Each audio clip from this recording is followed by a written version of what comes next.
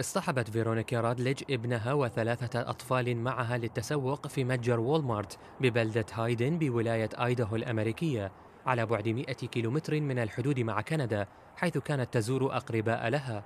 وسجلت عدسات كاميرا المراقبة المشاهد المأساوية لمقتل الأم. كان الطفل وعمره 2 سنين يجلس في عربة التسوق حين مد يده إلى حقيبة والدته وأمسك بمسدسها فانطلقت منه رصاصة.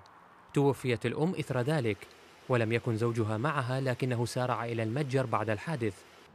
تيري رودليج والد زوج القتيلة وصفها بالأم الشابة الجميلة المحبة التي لم تكن تستهين بمسؤولياتها على الإطلاق. نحن في موسم إجازات ما بعد أعياد الميلاد وما قبل رأس السنة.